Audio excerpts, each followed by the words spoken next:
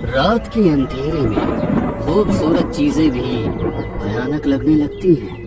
फिर ये तो सुहागपुर का रहस्य था, जो अब अंधेरे में अपने और भयानक रूप में सामने आया था। सुहानी और रवि दोनों ही अंधेरे के उस भयानक रूप को देखकर हैरान थे। सुहानी, ये जो कुछ भी अभी मैंने देखा, क्या वो सब तुमने भी देखा था ना? अंधेरी रात, सुनसान इलाका, दूर दूर तक सिवाय अंधेरे के कुछ भी नजर नहीं आ रहा है। ऐसे में हमने जो कुछ भी देखा वो दोनों बातें कर ही रहे थे कि रघु काका वहां पर आ गए। अभी आपने जो देखा वो सिर्फ आपको डराने के लिए भ्रम था। सुहागपुर में न जाने कितने राज दफन हैं और साथ में दफन है राज परिवार की खुशियां।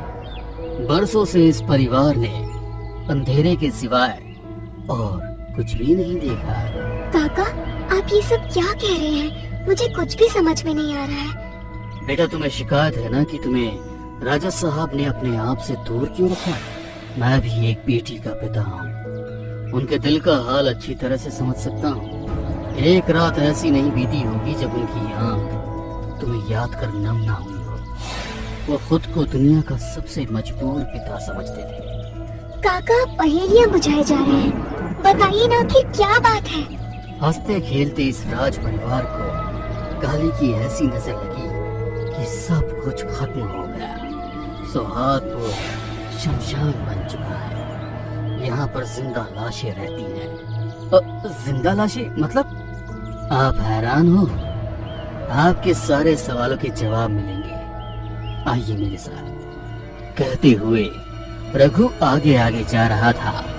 रवि और सुहानी उसके पीछे चलने लगे। महल से निकलकर वे लोग जंगलों में पहुंच गए। चारों तरफ नजर घुमाई तो वह कोई नहीं था। फिर अंधेरे में चलता हुआ एक साया नजर आया। वो इस कदर आगे बढ़ रहा था मानो उसकी आंखें उस अंधेरे में देखने की अभ्यस्त हो।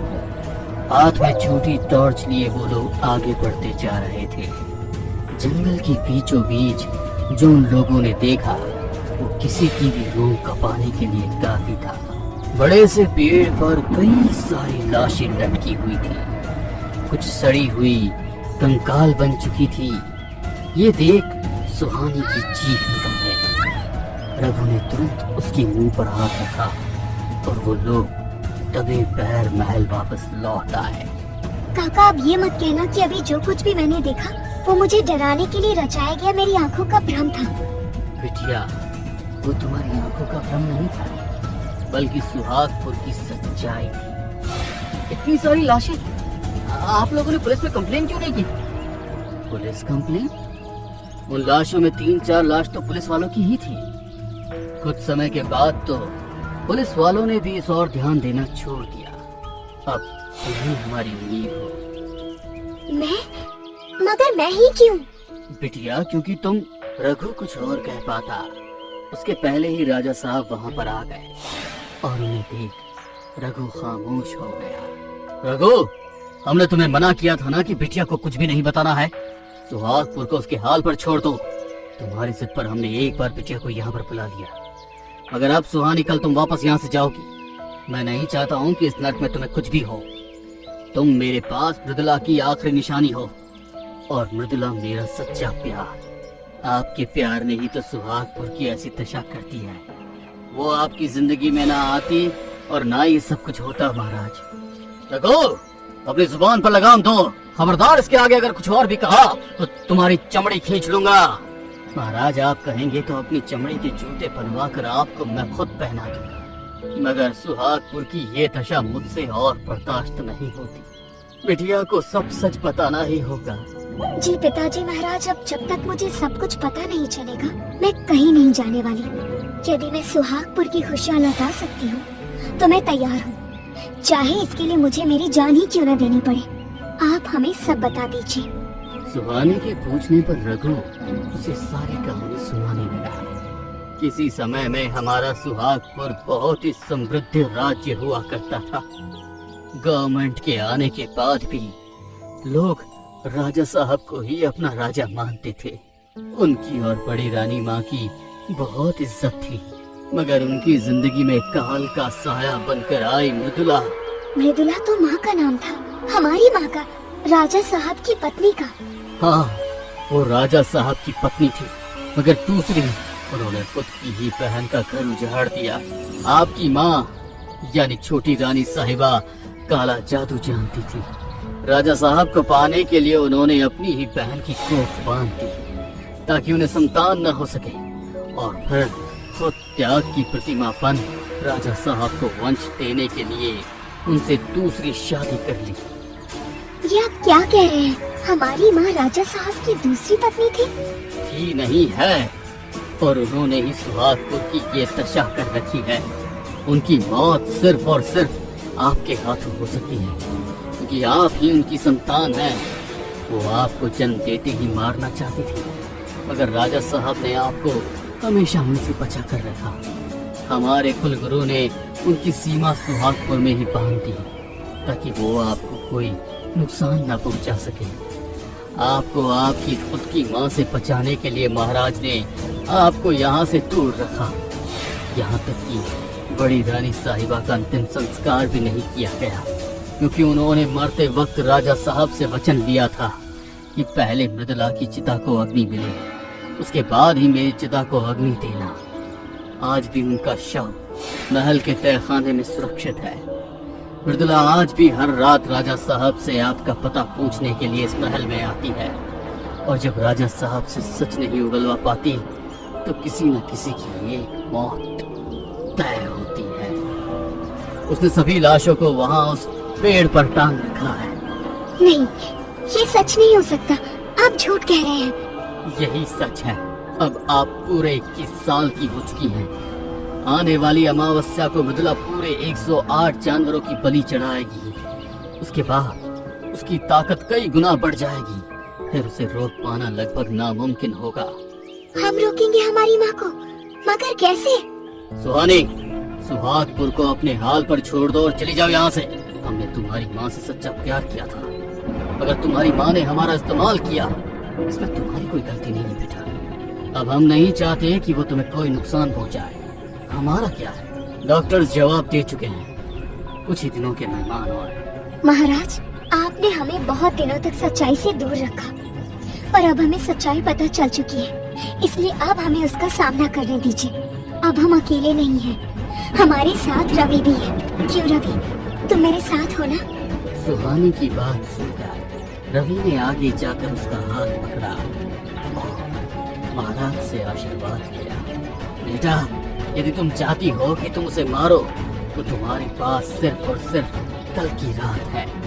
उसके बाद मृदुला अपना अनुष्ठान शुरू कर देगी। उस समय उसे मारना किसी आम मनुष्य के बस की बात नहीं होगी। कहते हुए रघु ने सुहानी को एक किताब दी और सारी रात उस किताब में दिए हुए अनुष्ठान को करने के लिए कहा। सुहानी और रवि दोनों मिलकर सारी रात उस अनुष्ठान को करते रहे।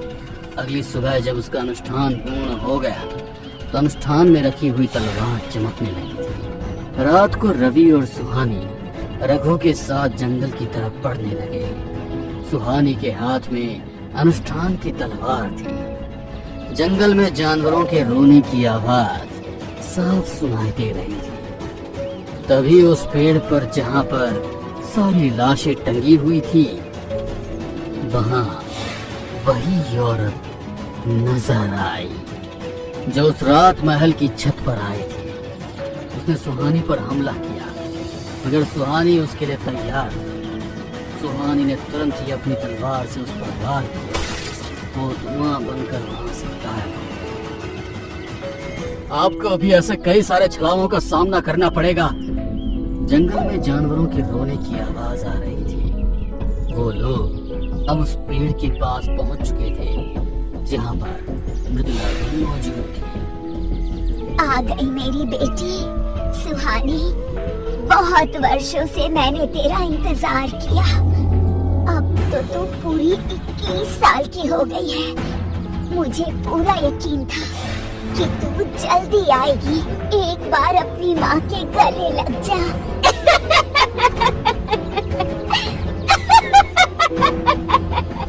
कहते हुए वो जोर जोर से हंसने लगी और अपने हाथों को बढ़ाकर सुहानी को पकड़ने की कोशिश कर रही थी कि सुहानी ने उसके हाथों को काट दिया। उसके हाथों से खून बह रहा था।